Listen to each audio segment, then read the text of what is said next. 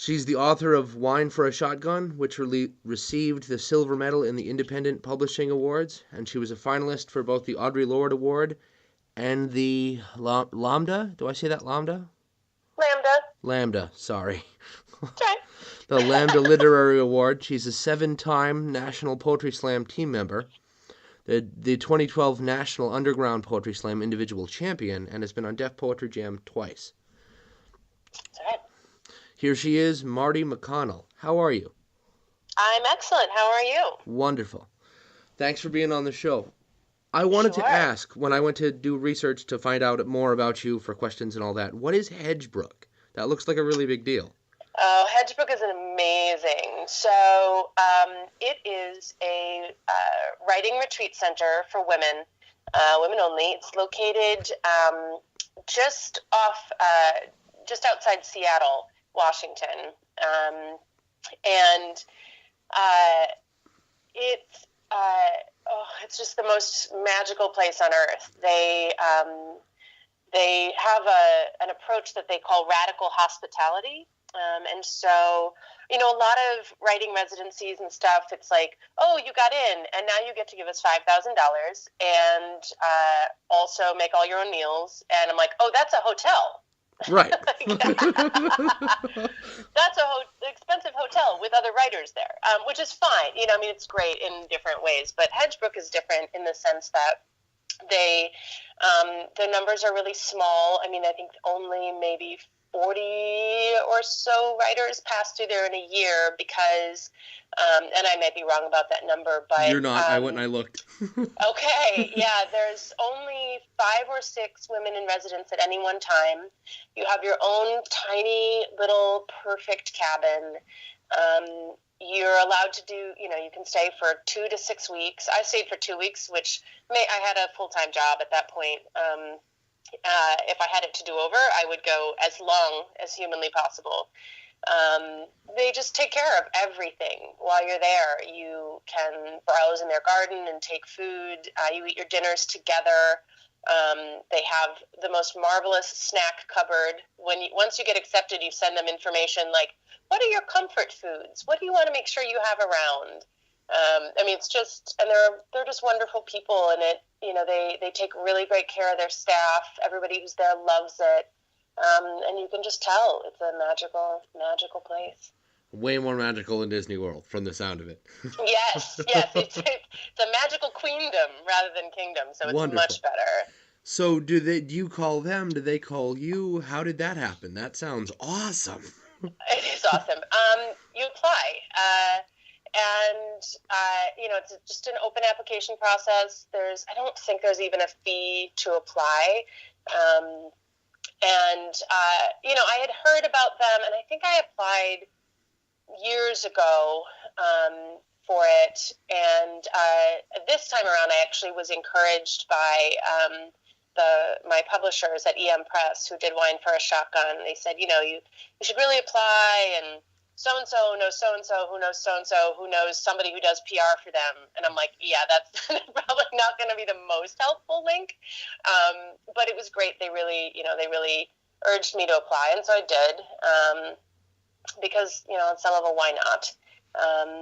And got in, and it's just amazing. I think you can go back one other time, but I'm holding that close and waiting until I really need it again. So it's like a vacation with the hotel, except everything is covered. That sounds like the kind of card you want to hold on to.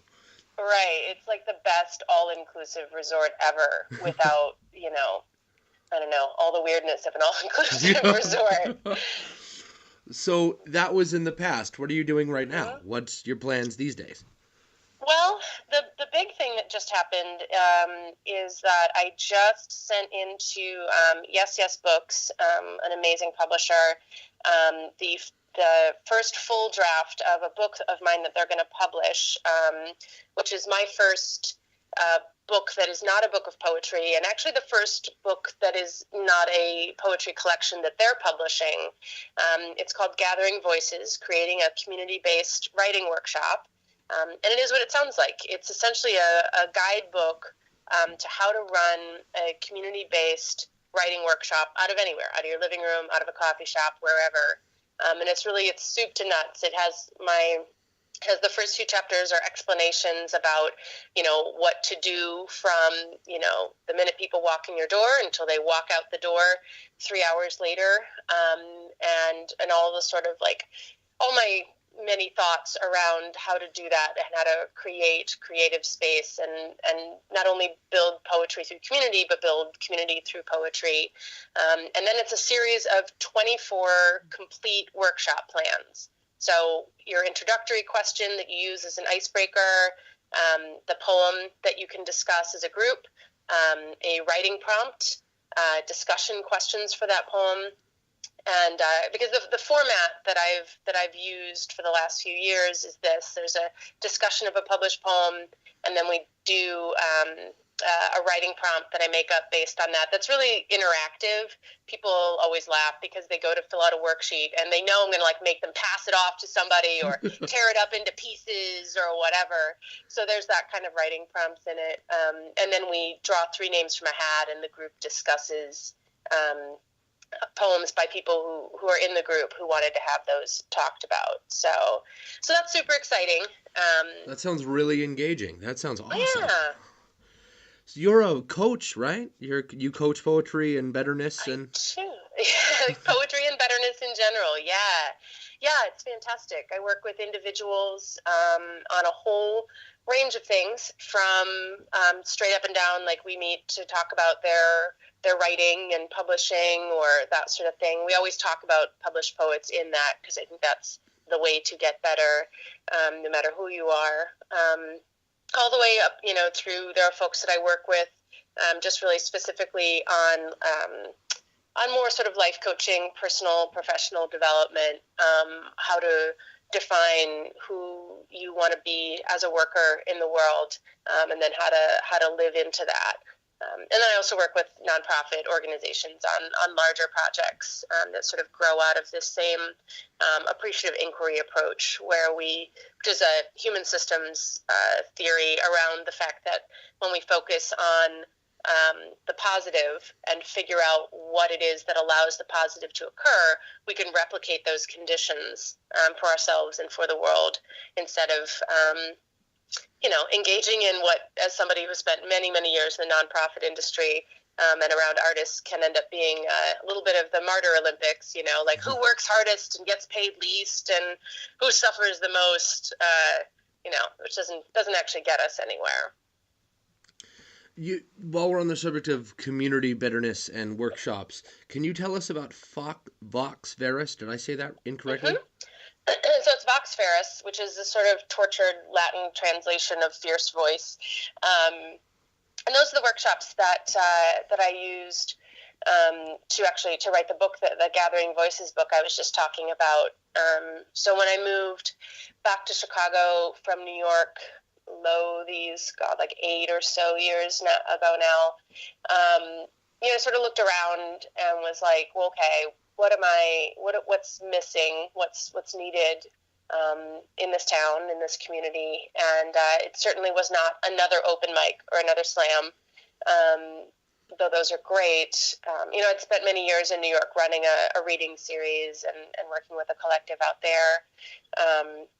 And so I just decided to start doing these living room, community-based, pay what you can, everybody brings snacks and drinks kind of writing workshops. And I also didn't want to do the sort of workshop model where everybody brings a poem and we spend like 3 hours critiquing each other's work and then go home. There's nothing really wrong with that. I just find it personally exhausting, and also feel like what's so often missed in that is what we can learn by reading and analyzing work by other people outside the community, established writers. And I think that people get very intimidated about doing that. They're like, oh, I've never gone to school for this. I don't know what an aphra is and caesura and all this kind of stuff, And I'm like, yeah, none of that really matters. Like, I went to grad school. I had never taken a writing class. I had no idea what I was doing. And it was great. I spent 2 years with my hand in the air, being like, I don't really understand what you just said, and I don't really believe everyone in this room does understand what you just said. So we take a very common sense approach to discussing poems. We always start with, all right, well, what do you notice about it? Oh, it's all 2-line stanzas. Okay, or it's all one block, or it's one sentence, or it's couplets, spread out all that over the kind of page. thing. Yeah, it's like, what do we see? And then we talk about it. You break it down. If you can read poetry. It's just that people sort of try to throw up all these barriers in the way of that to maintain, I don't know, some sense of their own specialness or eliteness or something. So it just has really, it's just me. So, I'm able to, like, if it's a crazy summer, not do the workshop for a while or whatever. And, but I miss it anytime I'm not running it. We had a little hiatus towards the end of the year, and just this last Friday night, started up again for 2017. And it's marvelous. I mean, it's just absolutely amazing. Fox Verus, does it have a website that I can link to on the page? Yeah, well, it's actually through my website, martyoutloud.com. There's one of the pages is called Vox Ferris, and you can just click on it right there. Excellent. I'll put a link to your page in the thing. Awesome. Now, while we're on the subject of poetry, I've got a couple more questions, but I wanted to ask you, could you read a poem for us? Sure. I can do that. What's in front of me? All right, we'll just read this one. I wrote this last week, so forgive me, it's a draft. Its working title is Prayer. Since the beginning of time, it's gotten colder and colder, and now, just when I'm beginning to get comfortable, it's all starting to stop. Boys with flashlights and folded tents approaching. You say the beginning of time and mean a theory about planets. I mean, I don't know what I mean. Something about humans being molecules smashed together whether they like it or not. Some watches must be worn to stay wound. Our kitchen clock is 1 hour and every day a few more seconds behind thanks to daylight savings rules, batteries created to go obsolete, and our laziness or unwillingness to pull over a stool to change it.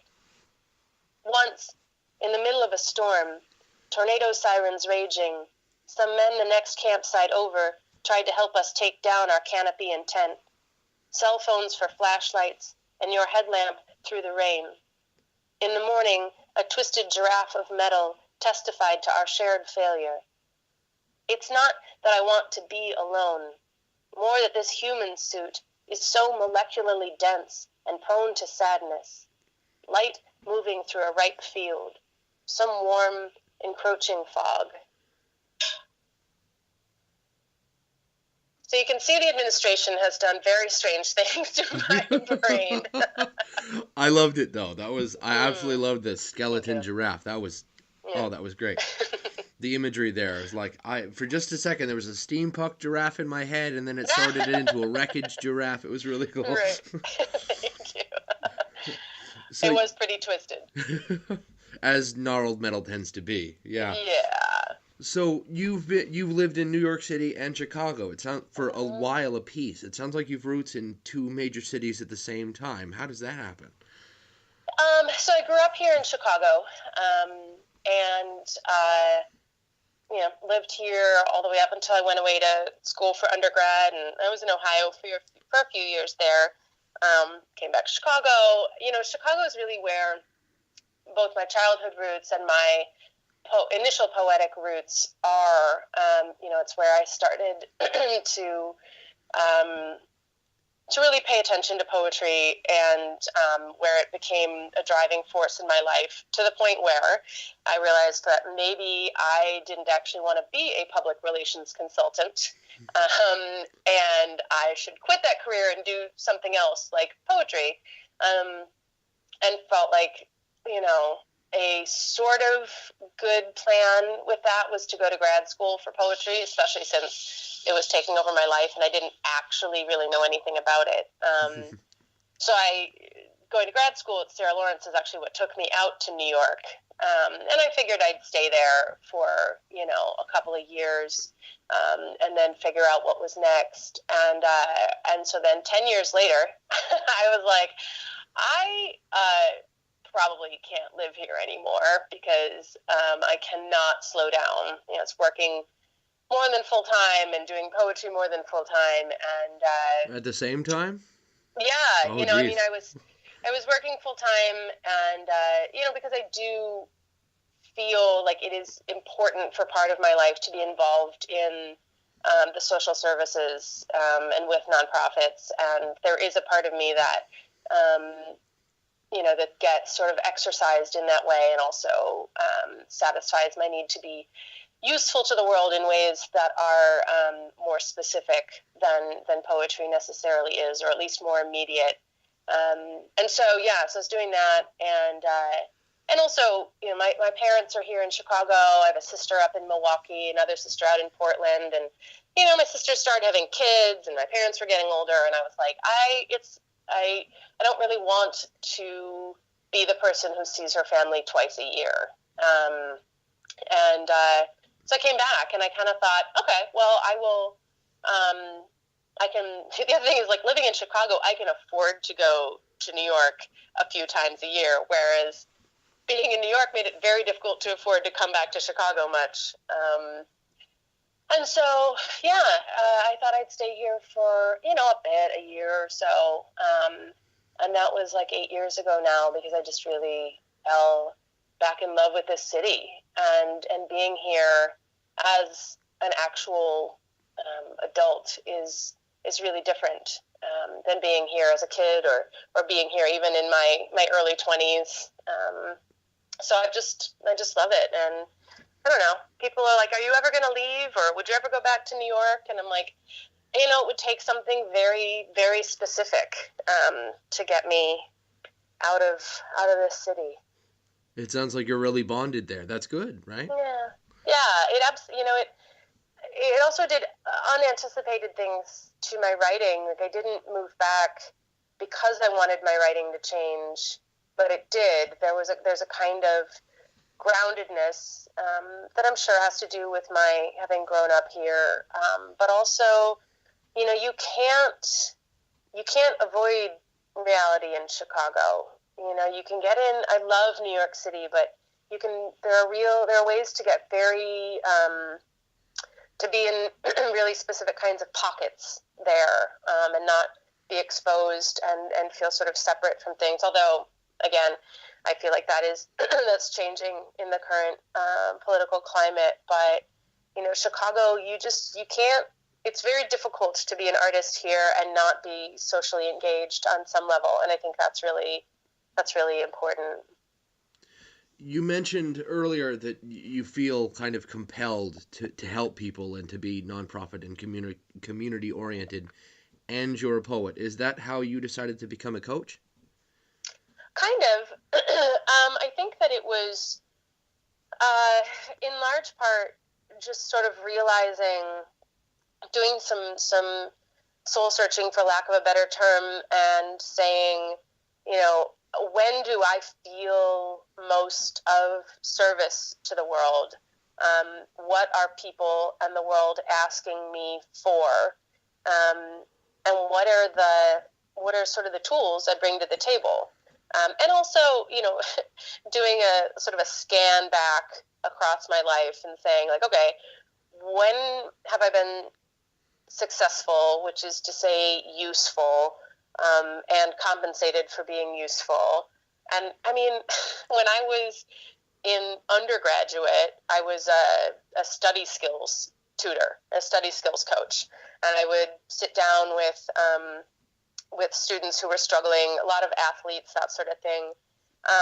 You know, people who had never been sort of taught how to study or how to prepare for things. And I'd say things like, this is a concept map. They're the best things you've ever seen. Here's how to make one. Here's how to take notes. You don't write everything down that your professor is saying. This is why you feel totally overwhelmed by classes, you know, and I loved that, and I was good at it. And so when I look back, I'm also the oldest child, you know, and so, you know, when we would like make a schoolhouse in the playroom, you know, like maybe I was the teacher. And, you know, so I kind of been, I think, built for it in certain kinds of ways. and just didn't really have the space for it or language around it until the last couple of years. If I just forgot what I was going to say. Oh my god. Yeah, I drew a total blank. If that was what I wanted to roll back to Hedgebrook for a second. I read on your website that you had a project come out of that. I did, and that project has taken a lot of different forms. At the time that I went to Hedgebrook, I was working on a manuscript that, it just took one particular kind of form. It was very focused on the sort of vulnerabilities and powers of being female-bodied in the world, and what that meant, a bunch of different sort of incarnations and iterations, and that was great to have that time. And then I,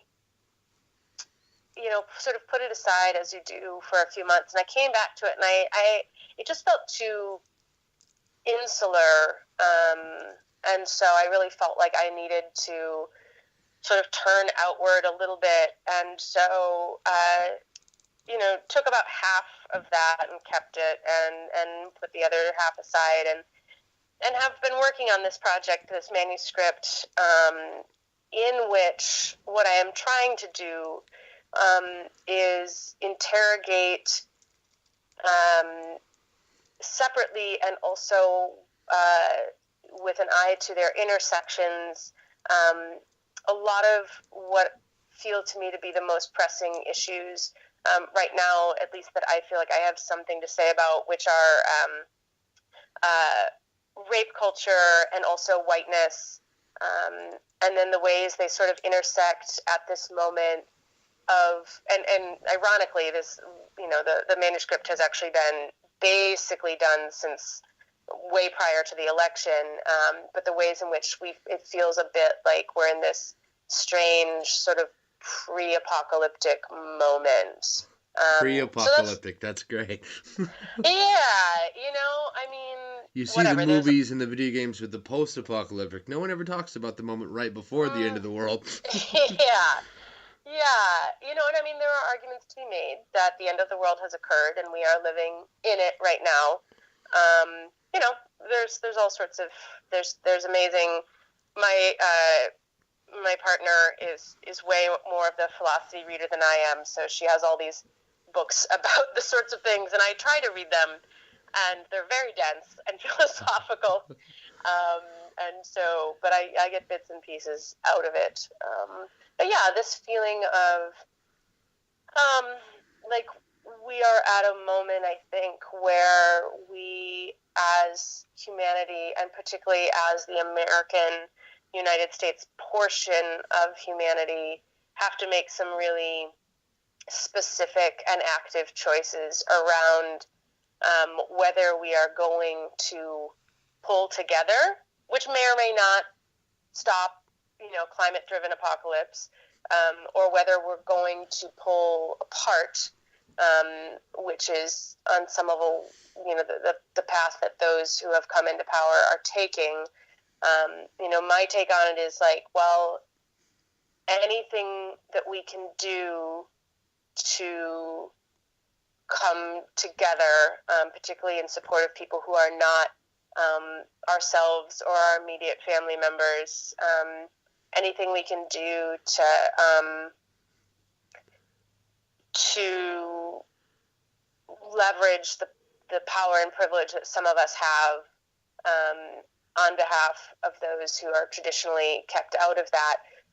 All of that is good, whether or not we make really specific change or inroads. All of that is energetically incredibly important.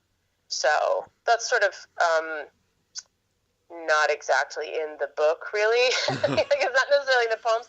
Although, in the poem I read, it's starting to be more and more in what I'm writing now, in slightly abstracted ways. This idea of how weird it is to be a human, and how necessary it is to examine that in this odd, difficult time.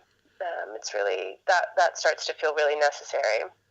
with your book you're making now, with the workshop book, do you still perform poetry? Do you still travel all over the world and show everybody your stuff, or what? I do. I've been in a bit of a hermit phase for the last couple of years. So when people ask, I say yes, and I go do that thing. But I'm like, somebody was like, send us your press kit. I was like, ooh, yeah, let me update that. That's probably 2 years old. So I haven't been really actively the last time that I was really sort of out and about, when Wine for a Shotgun came out, I made a big push. I was out performing a lot, and it's super. I mean, I love it. I absolutely love it. And I am committed to doing more of it, especially. So the Gathering Voices book is going to come out around this time, roughly next year, so spring of 2018. And at that point, that's going to be a great excuse and impetus to get out on the road and and do poems, and also to be kind of sharing the book with people and talking through how to use it. Because honestly, the impetus for that book, for Gathering Voices, was out of the fact that as I was talking to people and as I was traveling around and performing and teaching workshops, there was this question of like, it's nice to come in and do a workshop in a community. Like, that's great. But what am I really leaving behind? What can I do to sort of make it possible for people who are very busy and probably have jobs or multiple jobs and lives and all that sort of stuff, to be able to run workshops in their community, because I think it's just so critical. So being able to travel around and perform and not just sort of say like, oh, hey, okay, I'm off, but to be able to really, like, I think leave behind a way for people to continue the work, just feels really important. And I'm so psyched. I mean, Yes Yes Books is like this couldn't be a more perfect press for it, because this is what they do and what they believe in, and they're so incredibly supportive of the poets they publish, and really wanting to get the work out in the world and get the poets out in the world along with the work. So it's just great. Your book, Wine for a Shotgun, does that have a place it's being sold online that I can link to? Shameless plug for you. Yeah. So the best place to get it is directly through my publisher, and it's EM Press. Their website is www.e, the letter E, and then the letter M, and then dash press, PRESS.com. I'm also pretty sure if you just Google Wine for a Shotgun that you end up there. Or you can, my website also links to theirs, but em-press.com is the best, most direct route. I'll make sure there's a link for that on the podcast. Great. If I could just roll back to the past one more time. Mm-hmm. I have to be honest, I'd actually never heard of you up until maybe a week ago. Mm-hmm. Like I said, hermit. Right. I went looking on IndieFeed because Mongo was my first guest, and it was awesome. And I felt Love like Mongo. Yeah, he's great. And I wanted to go find poets, kind of work backwards to find people. So I looked at the first 5 or 6, I guess the last 5 or 6 shows on IndieFeed, and just worked my way back. And there was Bob Holman, and there was you.